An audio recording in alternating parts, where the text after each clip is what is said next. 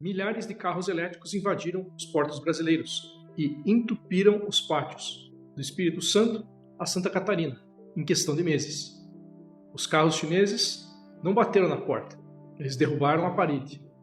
Mas, subitamente, as gigantes ocidentais, que lideravam o nosso mercado, deitadas em berço esplêndido, reagiram. Stellantis, Volkswagen, Toyota e GM colocaram um cheque monstruoso na mesa. Mais de 100 bilhões de reais anunciados em tempo recorde. A narrativa oficial, eles dizem que é o maior programa de inovação e descarbonização da nossa história. A verdade fria dos relatórios corporativos, eles estão erguendo uma muralha de contenção. Mas por que, depois de décadas de estabilidade, a velha guarda automotiva resolveu abrir os cofres logo agora?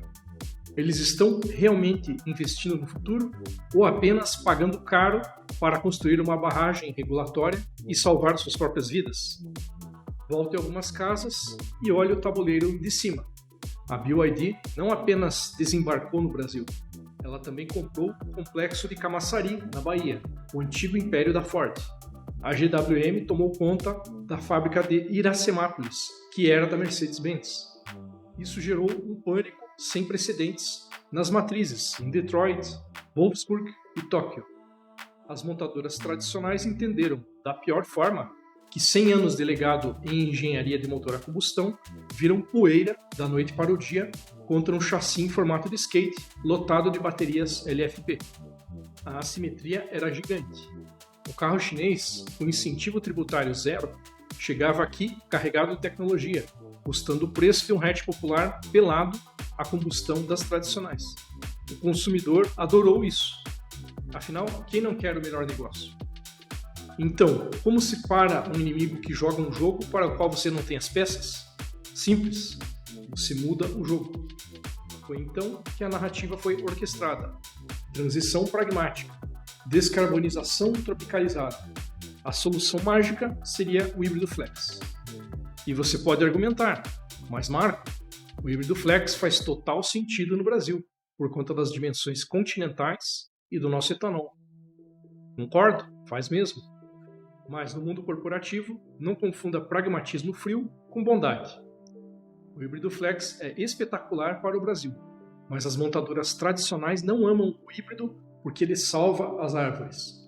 Elas amam o híbrido porque ele salva o parque industrial delas, que estava ficando obsoleto. A ameaça era tão letal que precisavam ganhar fôlego. Esses 100 bilhões prometidos não são para bater de frente com os chineses na tecnologia do elétrico puro. É capital de defesa para estancar a hemorragia. Eles precisaram do governo. De repente, a taxação do elétrico puro importado voltou. O alvo, 35% de imposto escalonado até 2026. A justificativa governamental é proteger empregos e incentivar a produção local via o novo programa Mover. A regra mudou. É como se o campo de batalha tivesse sido inclinado. Agora, perceba uma coisa que quase ninguém fala. Nessa guerra, o maior risco não está na tecnologia, está no timing errado. Porque hoje, quem entra cedo demais numa plataforma ainda instável se torna, na prática, o laboratório gratuito da indústria. Foi exatamente para evitar esse erro que eu comecei a usar um modelo de decisão que virou quase um protocolo interno aqui do canal. Ele se chama relógio da disrupção. É basicamente uma matriz objetiva para responder uma pergunta simples. Essa tecnologia já virou padrão ou estou pagando para testar? O relógio pontua fatores como desvalorização real do mercado, maturidade da arquitetura, risco de bateria e infraestrutura. E no final, ele te coloca em 3 zonas: recuo, mitigação ou avanço. Sem opinião, só decisão fria. Se você quiser ver como isso se aplica na prática, inclusive nessa guerra dos híbridos, o material está no primeiro comentário fixado.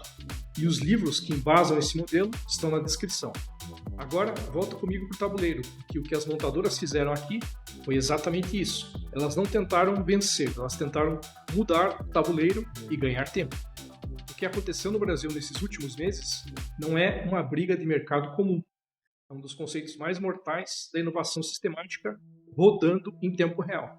A busca pelo design dominante, ou projeto dominante. Os chineses tentam impor o elétrico puro como padrão global. O Ocidente olhou para a sua rede no Brasil e disse: aqui não. Aqui nós vamos fazer com que o design dominante seja o híbrido flex. Mas aqui mora o perigo para o seu bolso. Como saber se esse padrão brasileiro será uma solução real ou apenas sucata a cara em 24 meses? É aqui que entra a lógica que eu mencionei antes, o relógio da disrupção. Se você aplicar a matriz de decisão executiva agora, vai perceber que estamos na zona cinzenta da adoção fragmentada. Repare nos dados. As plataformas automotivas estão virando smartphones, que antes durava 8 anos, hoje sofre obsolescência funcional em 18 meses via atualizações em lote. Se você é um pioneiro, um early adopter, de uma marca que ainda não tem design dominante, você não é um cliente. Você é um investidor que está financiando o P&D, a pesquisa e desenvolvimento, da montadora sem saber. É por isso que as tradicionais amam o híbrido flex. Elas usam sua matriz de risco a favor delas. Elas mitigam a sua resistência. Você não tem medo de ficar sem bateria. Elas protegem o valor residual delas. Usam peças de motor que já existem no mercado há 20 anos. Elas empurram o custo do aprendizado para você, enquanto testam as baterias de primeira geração em solo brasileiro. Eu recomendo que você use o checklist do relógio da disrupção antes de fechar qualquer negócio acima de R$150 mil hoje. Somente se o seu score for de 8 a 10, que chamamos de zona de avanço, é que a transição energética se torna assimétrica a seu favor. Abaixo disso, pioneirismo é apenas um passivo oculto no seu balanço. A tática das montadoras do Brasil foi uma aula de teoria dos jogos. Elas coordenaram um movimento de opções reais. Elas pagaram um prêmio, os 100 bilhões, para não ter que decidir o futuro agora. Elas compraram o direito de adiar a morte do motor a combustão.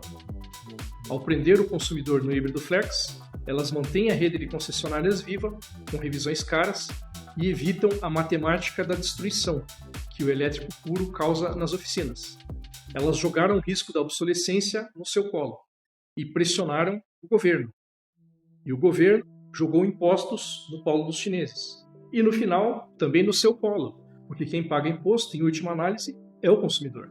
Os chineses terão que repassar o imposto mais alto aos preços dos carros. A defesa foi brilhante. O tempo foi comprado. Mas os chineses já entenderam a jogada. A taxação e o lobby do etanol certamente deram uma sobrevida para as montadoras tradicionais aqui no Brasil. Mas os chineses não ficaram chorando por conta do imposto. Eles foram para o laboratório e descobriram uma brecha bizarra na engenharia do híbrido das tradicionais, que pode destruir todo esse plano de 100 bilhões de reais. A indústria tradicional construiu um escudo, mas os chineses podem transformar esse escudo numa arma.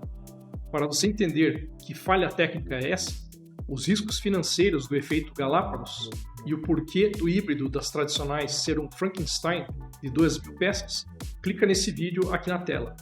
Eu te conto essa história lá dentro. Uma história que eu te garanto que vale a pena conhecer. Te vejo lá.